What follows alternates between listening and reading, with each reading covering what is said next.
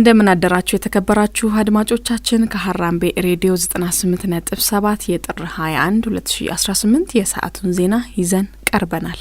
ዜናዎቻችንን ጨምሮ የተለያዩ ዕለታዊ ዝግጅቶቻችንን በዌብሳይታችን www.radioharambe.com በኩል በቀጥታ ስርጭት እንድትከታተሉ እየጋበዝኩ ለሰዓቱ ልንነግራችሁ ከመረጥንላችሁ ዜናዎች መካከል ዋናዎቹን እናስቀድም።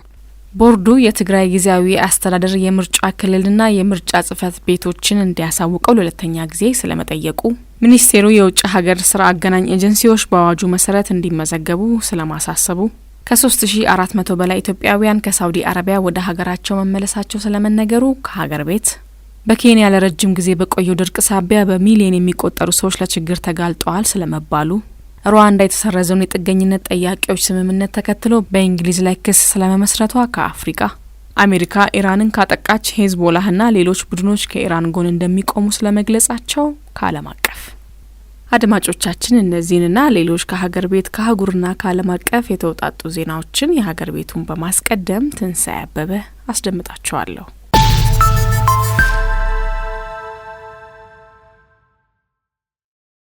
ቦርዱ የትግራይ ጊዜያዊ አስተዳደር የምርጫ ክልልና የምርጫ ጽፈት ቤቶችን እንዲያሳውቀው ለሁለተኛ ጊዜ ጠየቀ። የኢትዮጵያ ብሔራዊ ምርጫ ቦርድ በግንቦት 24 ቀን 2018 ለሚካሄደው ምርጫ የትግራይ ክልል ጊዜያዊ አስተዳደር የምርጫ ክልልና የምርጫ ጽፈት ቤቶችን ዝግጁ እንዲያደርግ ለሁለተኛ ጊዜ በደብዳቤ መጠየቁን ቲግቫ ኢትዮጵያ ዘግቧል። ቦርዱ ከዚህ በፊት ታህሳስ 3 ቀን 2018 ለሁሉም ክልሎች የምርጫ ክልልና የምርጫ ጽፈት ቤቶችን እንዲያዘጋጁ መጠየቁን አስታውሶ ሌሎች ክልሎች ምላሽ ሲሰጡ የትግራይ ክልል ጊዜያዊ አስተዳደር ግን ምላሽ አልሰጠም ሲል ገልጿል። በመሆኑም በቦርዱ ዋና ሰብሳቢ ሜላት ወርቅ ኃይሉ በተፈረመው በዚህ ደብዳቤ ላይ ጊዜያዊ አስተዳደሩ እስከ ጥር 25 ቀን 2018 ድረስ የምርጫ ክልልና ጽፈት ቤቶችን ዝግጁ አድርጎ እንዲያሳውቅ ጠይቋል። ከክልሉ ጊዜያዊ አስተዳደር በኩል በዚህ ጉዳይ እስካሁን የተሰጠ ምላሽ የለም።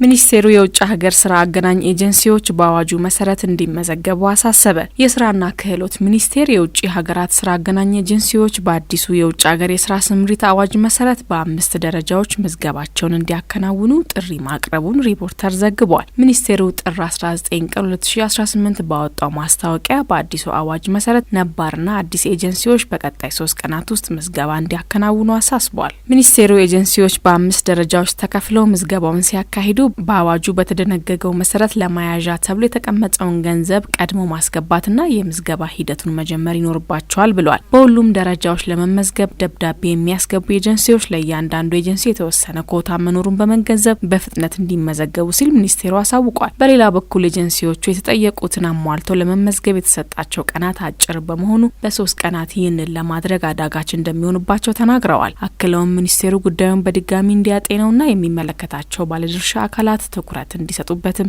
ጠይቀዋል።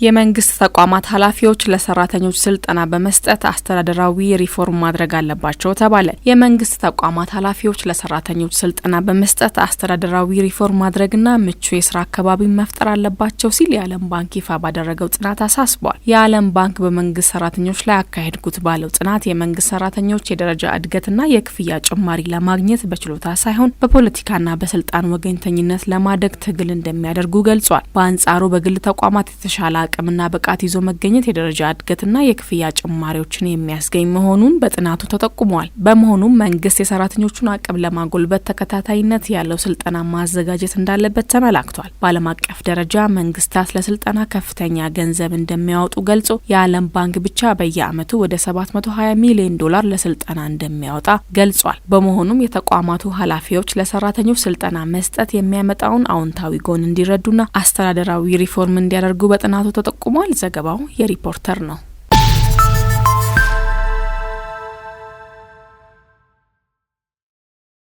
ከ3400 በላይ ኢትዮጵያውያን ከሳውዲ አረቢያ ወደ ሀገራቸው መመለሳቸው ተነገረ። ባለፈው አንድ ሳምንት ውስጥ 3422 የሚሆኑ ኢትዮጵያውያን ከሳውዲ አረቢያ ወደ ሀገራቸው መመለሳቸውን የሴቶችና ማህበራዊ ጉዳይ ሚኒስቴር አስታውቋል። ከተመላሾቹ መካከል 3337 ወንዶች፣ 82 ሴቶች እና 3 ህጻናት የሚገኙበት ሲሆን ከመስከረም 2018 ጀምሮ ወደ ሀገር የተመለሱ ዜጎች ቁጥር ከ45000 በላይ መድረሳቸውን ሚኒስቴሩ ባወጣው መግለጫ ገልጿል። በዚህ ሳምንት ከተመለሱት ዜጎች መካከል 72 የሚሆኑት እድሜያቸው ከ18 ዓመት በታች የሆኑ ታዳጊዎች መሆናቸው ተመላክቷል። ይህ መጠነ ሰፊ ዜጎችን የመመለስ ዘመቻ በሳውዲ አረቢያ በከባድ ሁኔታ ውስጥ የሚገኙ 70,000 ዜጎችን ለመመለስ በመጋቢት 2016 የጀመረው መርሃ ግብር አካል መሆኑ ተገልጿል። ይህ መርሃ ግብር እንዲጀመር ምክንያት የሆነው በሳውዲ አረቢያ በሚገኙ ኢትዮጵያውያን ስደተኞች ላይ የሚፈጸሙ አሰቃቂ በደሎች ሪፖርቶች እየጨመሩ በመምጣታቸው እንደሆነም ተነግሯል። ዘገባው የአዲስ ስታንዳርድ ነው።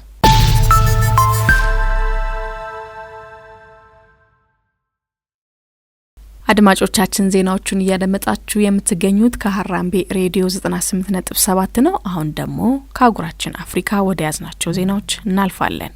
በኬንያ ለረጅም ጊዜ በቆየው ድርቅ ሳቢያ በሚሊዮን የሚቆጠሩ ሰዎች ለችግር ተጋልጠዋል ተባለ። ከጥቅምት እስከ ታህሳስ ወር የሚጠበቀው አጭር ዝናብ ከመደበኛው በ2/3 በመቀነሱ በ23 የኬንያ ግዛቶች ውስጥ የሚገኙ ከ2 ሚሊዮን በላይ ሰዎች እየተባባሰ ለመጣ የምግብ እጥረት መጋለጣቸውን አፍሪካ ኒውስ ዘግቧል። በሰሜን ምስራቅ ኬንያ የሚገኙ ነዋሪዎች በተከሰተው ድርቅ ሳቢያ አሳሳቢ ሁኔታ ውስጥ ይገኛሉ የተባለ ሲሆን በተለይም በኢትዮጵያና በሶማሊያ ድንበር የምትገኘው የማንዴራ ግዛት ካለፈው ዓመት ግንቦት ወር ጀምሮ ምንም አይነት ዝናብ ባለማግኘቷ ነዋሪዎች ለከፍተኛ ችግር መዳረጋቸውን ተናግረዋል። ብሔራዊ የድርቅ አስተዳደር ባለስልጣን 9 ያህል የኬንያ ግዛቶችን በማስጠንቀቂያ ደረጃ ላይ ያስቀመጠ ሲሆን በማንዴራ ያለው የአሳሳቢነት ደረጃ ግን ከአስቸኳይ ጊዜ ሁኔታ 1 ደረጃ ብቻ የሚቀረው ነው ብለዋል። የረሃብ ቅድመ ማስጠንቀቂያ ስርዓተ መረብ በቅርቡ እንዳስታወቀው በኬንያ በሶማሊያና በኢትዮጵያ ከ20 እስከ 25 ሚሊዮን የሚሆኑ ሰዎች ሰብአዊ የምግብ እርዳታ የሚያስፈልጋቸው ሲሆን ከግማሽ በላይ የሚሆኑት ለዚህ የተዳረጉት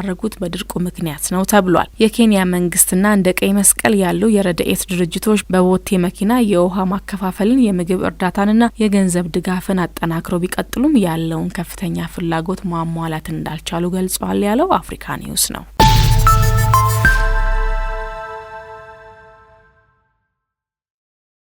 ሩዋንዳ የተሰረዘውን የጥገኝነት ጠያቂዎች ስምምነት ተከትሎ በእንግሊዝ ላይ ክስ መመስረቷ ተሰማ። ሩዋንዳ እንግሊዝ አወዛጋቢ በሆነውና በተሰረዘው ጥገኝነት ጠያቂዎችን ወደ ካጋሊ የመላክ ስምምነት መሰረት ክፍያዎችን ለመፈጸም ፈቃደኛ ባለመሆኗ በሀገሪቱ ላይ የህግ እርምጃ መውሰዷን የሩዋንዳ ባለስልጣናትና የዩናይትድ ኪንግደም መገናኛ ብዙኃን እማኝ አድርጎ አልጀዚራ ዘግቧል። አልጀዚራ በዘገባው ሩዋንዳ ማክሰኞ ዕለት በሄግ በሚገኘው ቋሚ የግልግል ፍርድ ቤት በኩል በእንግሊዝ ላይ የግልግል ሂደቱን መጀመሯን ገልጿል። እንግሊዝ ከ2 ዓመት በፊት ስምምነቱን በይፋ ማቋረጥ ባለመቻሏ ምክንያት ሩዋንዳ የ50 ሚሊዮን ፓውንድ የካሳ ክፍያ እየጠየቀች መሆኑንም ነው ያብራራው። የእንግሊዝ ጠቅላይ ሚኒስትር ኬር ስታርመር በቀድሞ ጠቅላይ ሚኒስትር ቦሪስ ጆንሰን መንግስት በ2022 የተጀመረውን ይህን ስምምነት በሐምሌ ወር 2024 ስልጣን ሲይዙ የሞተና የተቀበረ ሲሉ መሰረዛቸው ይታወሳል።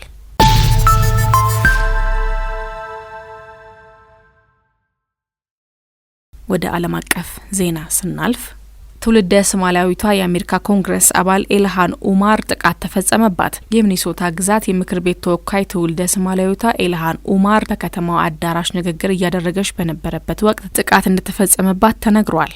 ኢልሃን ኡማር ምንም አይነት ጉዳት እንዳልደረሰባት የተገለጸ ሲሆን ጥቃት ያደረሰው ግለሰብም ወዲያውኑ በፖሊስ ቁጥጥር ስር ውሏል ነው የተባለው። ኢልሃን ላይ ጥቃት የተፈጸመው በስደተኞች መመለስ ላይ ህዝባዊ ተቃውሞ በበረታበት ሰዓት መሆኑ በትራምፕ መንግስት ላይ ተጨማሪ ጫና የሚፈጥር ክስተት ነው ተብሏል። የኮንግረስ አባሏ ጥቃት የተፈጸመባት በአሜሪካ የስደትና ጉምሩክ ተቆጣጣሪዎች ከሚኒያፖሊስ መውጣት እንዳለባቸው ንግግር በምታደርግበት ወቅት መሆኑ ጉዳዩን ይበልጥ ማወሳሰቡ ተነግሯል። ፕሬዚዳንት ትራምፕ ሶማሊያውያን ከሀገራችን ይውጡ ማለታቸው ተከትሎ ከኢልሃን ጋር በተደጋጋሚ የቃላት ጦርነት ውስጥ መግባታቸው ይታወሳል።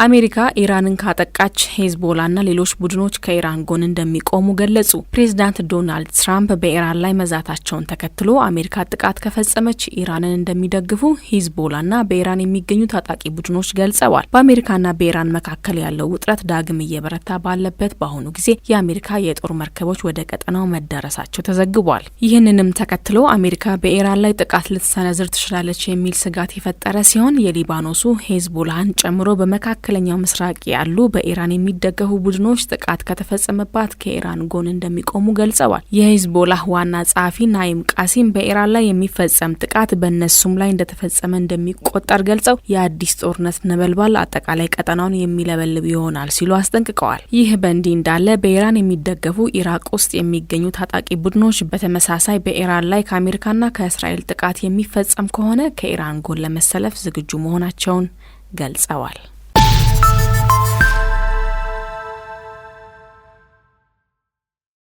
አድማጮቻችን ዜናዎቹ አብቅተዋል። ከመሰናበታችን በፊት የነገርናችሁን የዜና ርዕሶች እናስታውሳችሁ።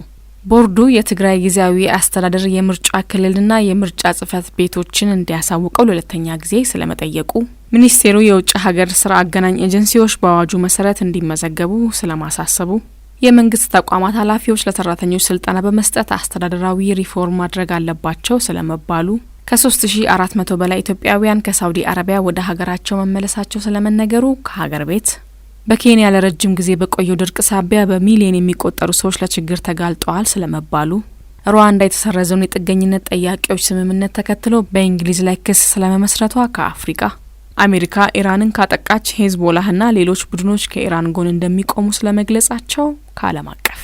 አድማጮች ለሰዓቱ ያዝናቸው ዜናዎች እነዚህን ይመስሉ ነበረ። ዜናዎቻችንን ጨምሮ የተለያዩ ዕለታዊ ዝግጅቶቻችንን በዌብሳይታችን www.radioharambe.com በኩል በቀጥታ ስርጭት እንድትከታተሉ እየጋበዝኩ እኔ ከወዲሁ እሰናበታለሁ። ከቀሪ ሃራምቤ ሬዲዮ ዝግጅቶች ጋር መልካም ጊዜ ይሁንላችሁ።